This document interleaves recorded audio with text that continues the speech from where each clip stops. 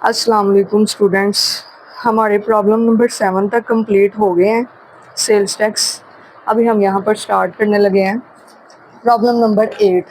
देखिएगा, western international an importer has paid sales tax data regarding its business for September quarter 2024 is as under. सबसे पहले आपने इस तरह से अपना फॉर्मेट कंप्लीट कर लेना है। वेस्टर्न इंटरनेशनल यहाँ पर लिखना है, ये इम्पोर्टर है। ये चीज़ मैटर करती है, प्राइवेट लिमिटेड है, रजिस्टर्ड मैन्युफैक्चरर है, होलसेलर है, रिटेलर है, इम्पोर्टर है, वट एवर वो जो भी है आपने यहाँ पर मेंशन करना है। उसके बाद CNIC number, national tax number, यहाँ पर कोई नंबर मेंशन नहीं करना। Sales tax registration number for the month of September quarter 2024, computation of sales tax payable. ये लाइंस आपने हर क्वेश्चन के स्टार्ट में आपके फॉर्मेट में यही लाइंस हैं, ठीक है। चेंज होगा तो आपका नेम, ठीक है, जो भी आपके यहाँ पर न्यूमेरिकल में नेम होगा। उसके बाद आपने फॉर्मेट ड्रा कर लेना है, उसी पैटर्न से हम चलेंगे। सबसे पहले लिखा हुआ है इम्पोर्टेड टैक्सेबल गुड्स। इम्पोर्ट का क्या मतलब होता है? मंगवाना। मंगवाने का क्या मतलब है? परचेज किया। आउटपुट में तो हम वो चीज़ें लिखते हैं जो हमने सेल की होती हैं। तो यहाँ पर आप नेक्स्ट पेज अपना ओपन करें, एक second.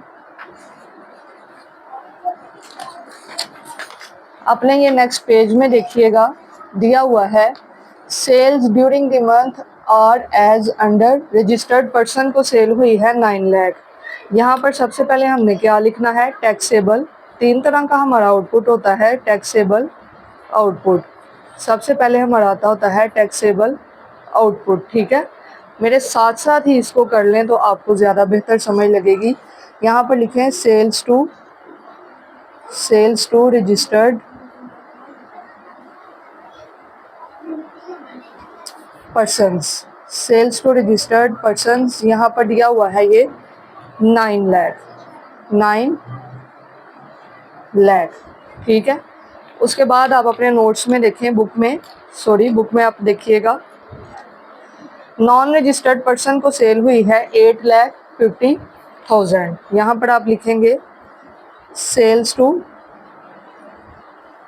Non registered person 8,50,000, okay ji. उसके बाद है रजिस्टर्ड होलसेलर, ये भी हमारा टैक्सेबल आउटपुट होता है 3 lakh. Sales to registered wholesaler, sales to registered wholesaler, ये अमाउंट है हमारी 3 लाख। देखिए, हमारे क्वेश्चन में और कोई हमें आउटपुट दिया ही नहीं हुआ। सेल्स की बात यहाँ पर हुई थी, ये 3 चीज़ें दी हैं, ना हमें एग्जेम्प्टेड आउटपुट दिया हुआ है, ना हमें यहाँ पर जीरो रेटेड आउटपुट दिया हुआ है, कुछ भी नहीं दिया। इन तीनों को कर लेंगे plus 9 lakh plus 8,50,000 plus 3 lakh, तो हमारे पास ये आ जाता है 20,50,000।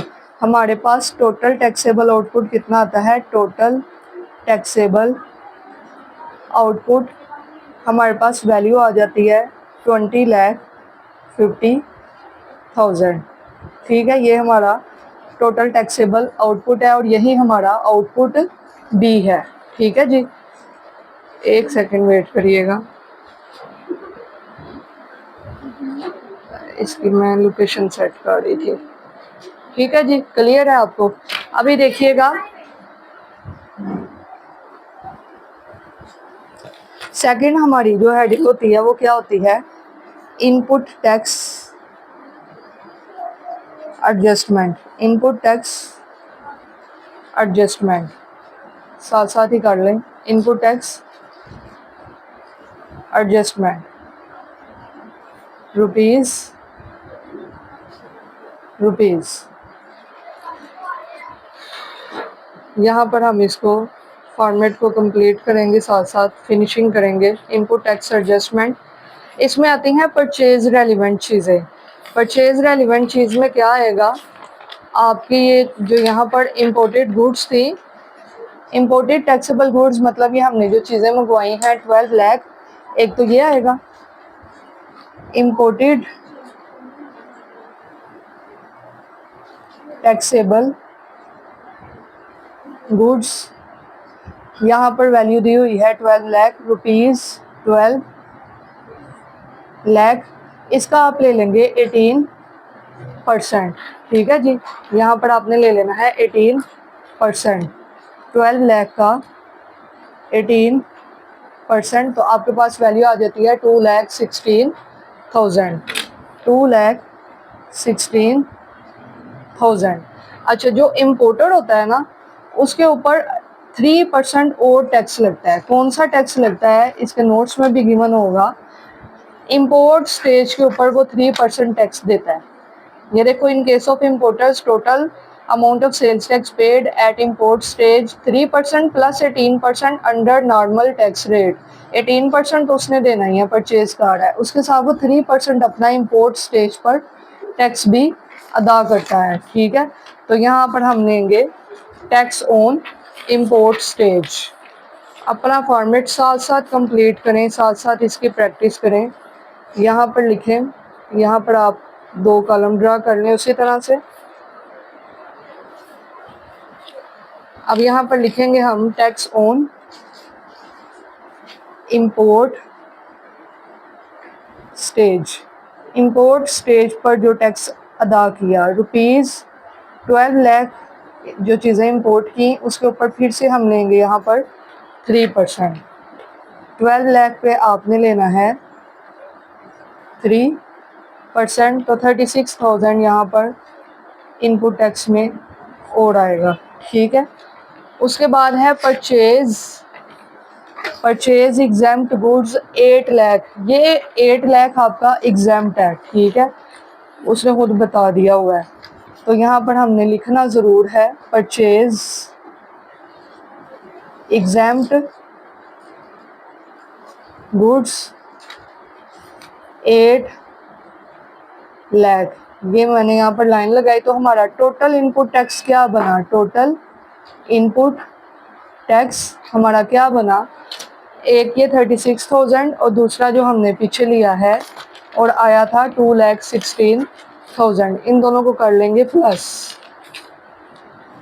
2,16,000 प्लस 36,000 तो आएगा 2,52,000, 2,52,000। देखो, इस क्वेश्चन में ना तो एग्जेम्प्टेड गुड्स हैं, ना ही ज़ीरो रेटेड हमारे सप्लाईज हैं, कुछ भी नहीं है, तो इसका मतलब है हमारी अपॉर्चनमेंट नहीं होनी। अपॉर्चनमेंट नहीं होनी, तो अब यहाँ पर नेक्स्ट हमारी हेडिंग क्या है, sales tax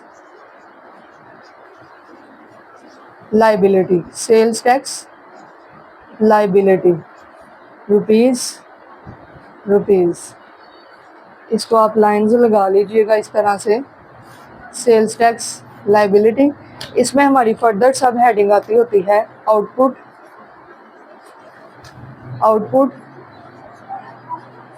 tax. Output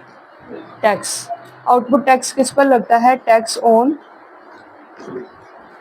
taxable output, tax on taxable output. हमारा टैक्सेबल आउटपुट कितना था, 20,50,000।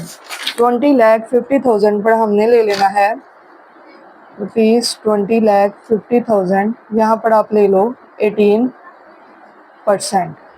ठीक है, 20,50,000 पर ले लेते हैं हम 18%, ये आया 3,69,000। ठीक है जी, 3,69,000। यहाँ पर ये लिख लेते हैं हम लोग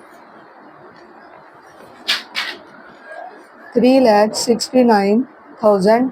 यहाँ से लेस हो जाएगा हमारा इनपुट टैक्स। देखो, इस क्वेश्चन में ये इम्पोर्टर है, रजिस्टर्ड मैन्युफैक्चरर नहीं है, इसलिए सेक्शन 8B1 वाला रूल नहीं लगना। डायरेक्ट हमारा जो इनपुट टैक्स आया हुआ है 2,52,000, इसको हम यहाँ से क्या कर देंगे, लेस कर देंगे। 2,52,000 यहाँ से कर देंगे लेस 2,52,000, तो हमारे पास आया 1,17,000। 1,17,000 हमारा यहाँ पे क्वेश्चन देखो कंप्लीट हो रहा है। ठीक है, क्वेश्चन यहाँ पर कंप्लीट हो रहा है, और उसके बाद अब क्या करेंगे हम लोग, अब हमने इसमें क्या करना है, ऐड करेंगे इसमें फर्दर टैक्स 4% ऑन, हम ये 4% किस पर लेते हैं, जो हमने सेल टू नॉन रजिस्टर्ड जो हमने किया होता है, कहाँ गया मेरा पेपर,